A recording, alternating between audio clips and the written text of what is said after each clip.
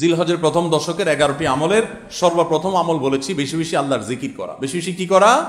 আল্লাহর জিকির করা। এই দিনগুলোতে, নির্দিষ্ট দিনগুলোতে আল্লাহর জিকির করবার নির্দেশ আল্লাহ তাআলা কোরআনে কারীমে সূরা তাওবায় করেছেন। দ্বিতীয় আমল বলেছি বেশি বেশি নেক আমল করা, কারণ এই দশকের নেক আমল আল্লাহর কাছে অন্য যে কোনো সময়ের নেক আমল ভালো কাজের চাইতে বেশি প্রিয়।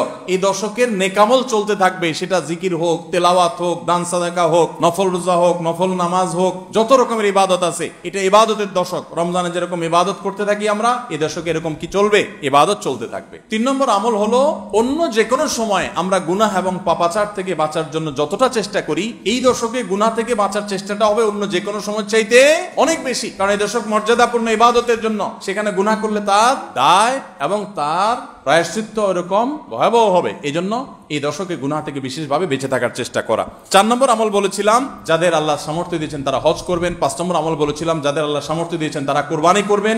6 নম্বর আমল বলেছিলাম যারা কুরবানি করবেন, এমনকি বিভিন্ন হাদিস থেকে বোঝা যারা কুরবানি করবেন না তারাও, এমনকি বাচ্চাদেরকেও জিলহজের এই 10 দিন চুল নখ কাটা থেকে বিরত থাকবেন। চাঁদ ওঠার আগে করবেন আর কুরবানির পরে করবেন। কয় নম্বর আমল গেল? 6 নম্বর।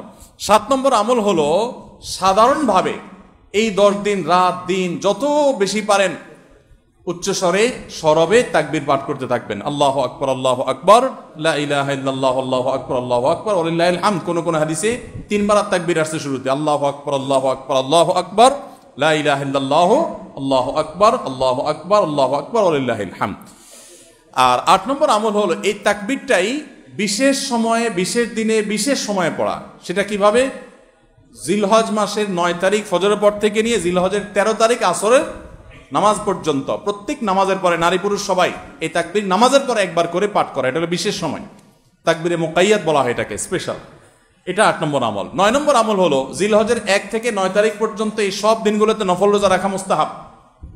10 নম্বর আমল হলো জিলহজের 9 তারিখ আরাফার দিনে রোজা রাখা আলাদা স্পেশাল সওয়াবের কাজ। 1 বছর আগের এবং 1 বছর অগ্রিম পরের গুনাহ মাফ আল্লাহ তাআলা করে দেন, অর্থাৎ সগীরা ছোট গুনাহ আল্লাহ তাআলা মাফ করে দেন। বড় গুনাহ থেকে তওবা করলে সেগুলো মাফ পাওয়া যাবে।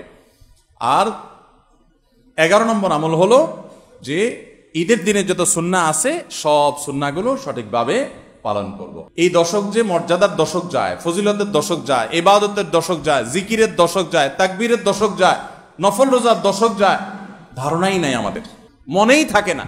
অনেক মানুষ আছে জিজ্ঞেস করলে ভাই তার হাবভাব দেখলে রুটিনের ভিতরে কোনো পরিবর্তন নাই। অন্য সময় ফজরে গাফলতি, এই দশকেও গাফলতি। আরে ভাই রমজান মাসে তো মানুষ বেনামাজিও নামাজ পড়ে, মাশাআল্লাহ, ঠিক না ভাই? ঠিক। যে লোক বখিল সেও টুকটাক দান করে, যে কখনো মসজিদে আসে না সেও মসজিদে আসে, যে কোরআন ছুঁয়ে দেখে না সেও একটু কোরআন ছোঁয়, কারণ রমজান ইবাদতের মৌসুম চলছে। তাহলে জিলহজের প্রথম দশকে এরকম ইবাদতের ছিটাফোঁটা, ইবাদতের কোনো আবহ, ইবাদতের কোনো পরিবেশ, ইবাদতের কোনো আলামত, এর কোনো চিহ্ন আমাদের সমাজে, আমাদের পরিবারগুলোতে দেখা যায় না। বিশ্ববিখ্যাত হাদিস বেত্তা হাফেজ ইবনে হাজার আসকালানী রাহমাতুল্লাহি আলাইহি জিলহজের প্রথম দশক সম্পর্কে বলেছেন, জিলহজের প্রথম দশকের এত মর্যাদা কেন বেশি ভাই? কারণ সমস্ত ইবাদাতের সমাহার এই দশকের মধ্যে আছে। ইসলামের যে মৌলিক ইবাদতগুলো আছে প্রায় সব মেইন সব ইবাদতগুলোর সমাহার এই দশকে আপনি খুঁজে পাবেন, এমনকি রমজানেও পাবেন না সব। এই দশকে সবগুলোর সমাহার পাবেন। কিভাবে? এই দশকে আমরা দেখি যে প্রথমত ইমান তো 12 মাসের আমল, অন্য সময়ও আছে, এই সময়ও 5 ওয়াক্ত নামাজ 12 মাসের আমল, অন্য সময়ও পড়তে হয়, এই দশকেও পড়তে হয়। রোজা রমজান মাসে আছে, এই দশকেও রোজা আছে। প্রথম 9 দিনই রোজার কথা হাদিসে আছে, আবার বিশেষভাবে আরাফাতের দিন রোজার কথা আছে।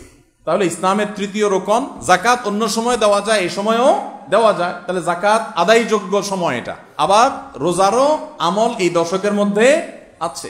আর হজ তো হয়ই এই দশকে, হজের মূল কাজই হলো এই দশকে, ফরজ কাজগুলো সব এই দশকেই হয়ে যায়। তাহলে এই দশকে ইমান আছে, নামাজ আছে, যাকাত আছে, রোজা আছে, হজ আছে, আবার কোরবানি আছে, আবার জিকিরের জন্য আলাদা নির্দেশ আছে।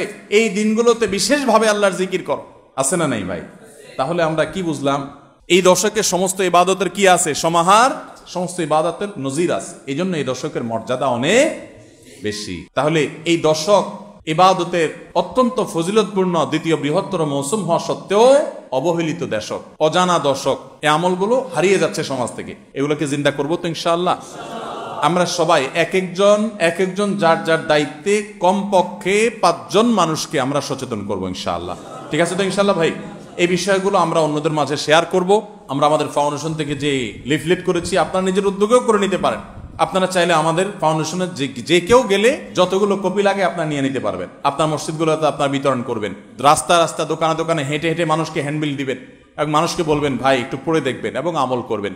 যদি আমরা এই আমলটা সমাজে চালু করতে পারি আমরা সাকসেস ইনশাআল্লাহ। চেষ্টা করা যাবে তো ইনশাআল্লাহ।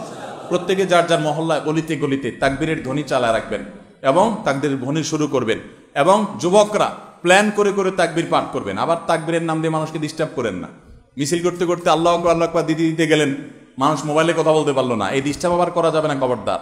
ইসলাম আমাদেরকে ব্যালেন্স শিক্ষা দিয়েছে, কোনো আমল করতে গিয়ে কাউকে কষ্ট দেওয়া যাবে না।